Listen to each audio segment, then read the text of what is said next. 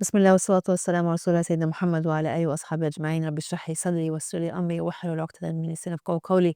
السلام عليكم ورحمة الله وبركاته. As we continue our journey with the story of Surah Yusuf and all the different many things that we are learning from him, we now see him in a position of power. In the last episode, we ended up saying that he had now taken on the position. He had, said that I can be the one that can be responsible for the resources of Egypt.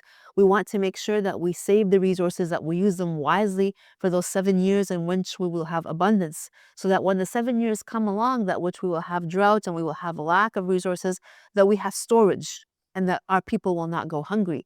And so Prophet Yusuf is where we left him off in last episode in that situation.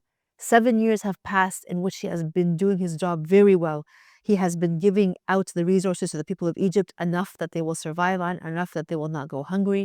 The rest of the abundance is being stored and taken care of so that there will be more when the years of drought and hardship come. And eventually those years do come. And who gets affected? This famine and this drought and this lack of resources affects the whole region.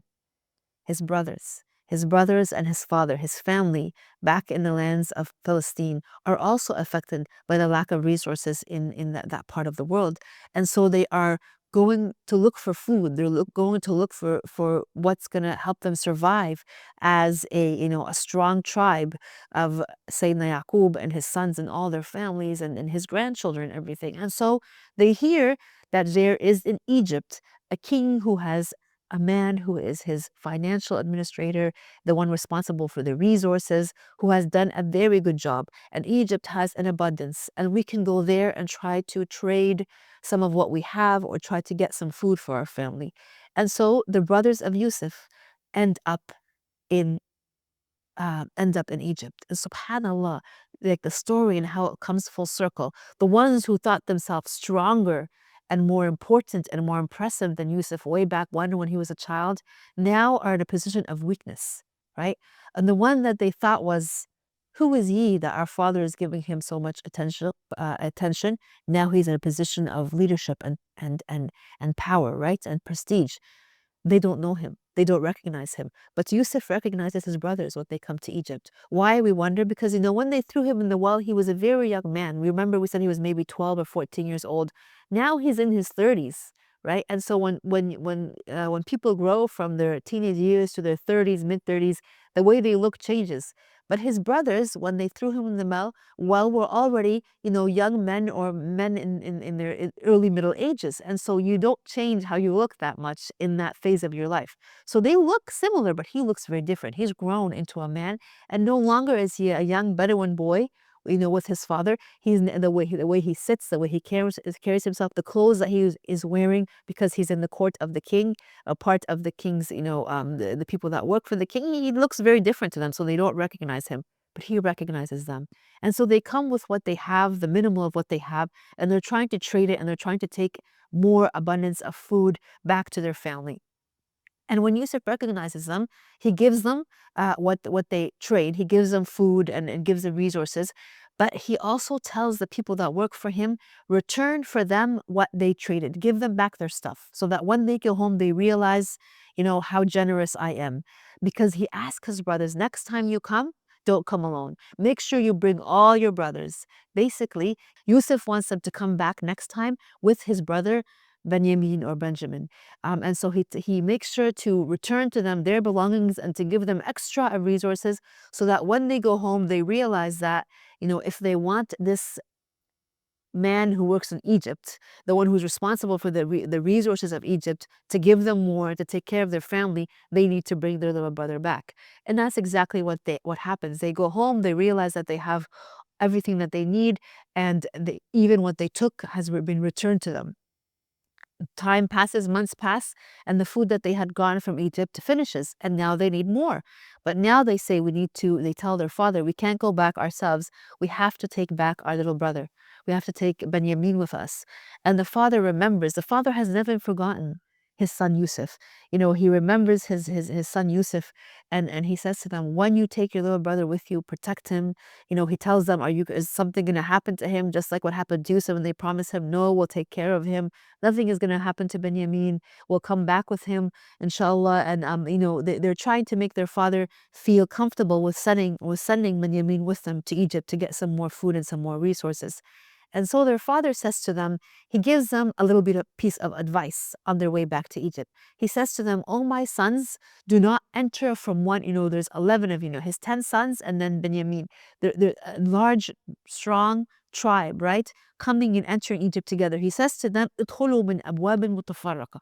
Enter to Egypt from different doors. Don't enter from the same gates of the city. Why? Because he's afraid for them. SubhanAllah, this is something that we can also learn from Sayyidina Yaqub. Sometimes we flaunt to what we have. This is the age of social media. People are posting where they are, what they're doing, what they're eating, what they're wearing.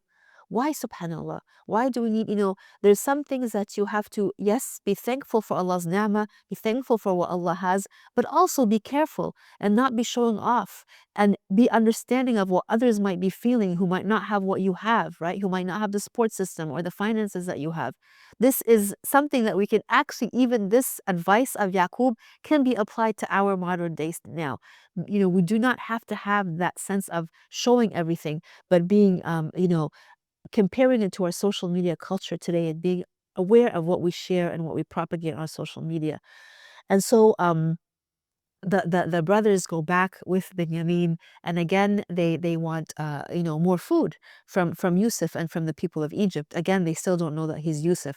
So what Yusuf does this time is kind of play a small trick on them, in which when he's giving them their food that they want, he places a cup that is full of jewels in the sack of the food that is specifically for Benjamin, right? And then when all the brothers are leaving, he says, stop, everybody stop. We are missing an expensive piece. It is, a cup that is jeweled. Somebody has stolen it, right? And so they start searching for it. And they stop Prophet Yusuf's brothers with his brother Benjamin is with them. And they said, we have to search all your belongings. We're looking for this cup of ours. Somebody has stolen it. And the brothers say to Yusuf, you know that, we've come before. We're not thieves. He said, no, everybody has to be checked. Everybody has to be, your belongings have to be looked through before you can move on and leave. And so, he has his people, his men, go through all of their belongings, and the last one they go through is Benjamin's sack, and they find in his sack the cup that they were looking for, the mug that they were looking for, and they say, oh, this is the one that stole it from the king.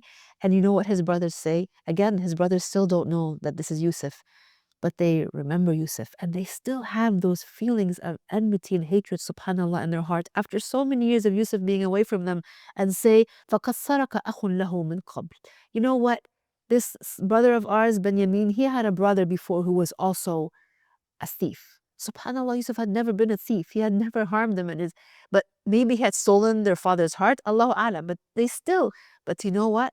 The last thing I'm going to leave you with this an episode is Yusuf's character. Again, over and over, we're learning about Yusuf's character and all the different frameworks and hats that he wears and parts of his life. He doesn't respond to them. He doesn't say, how dare you? Who are you?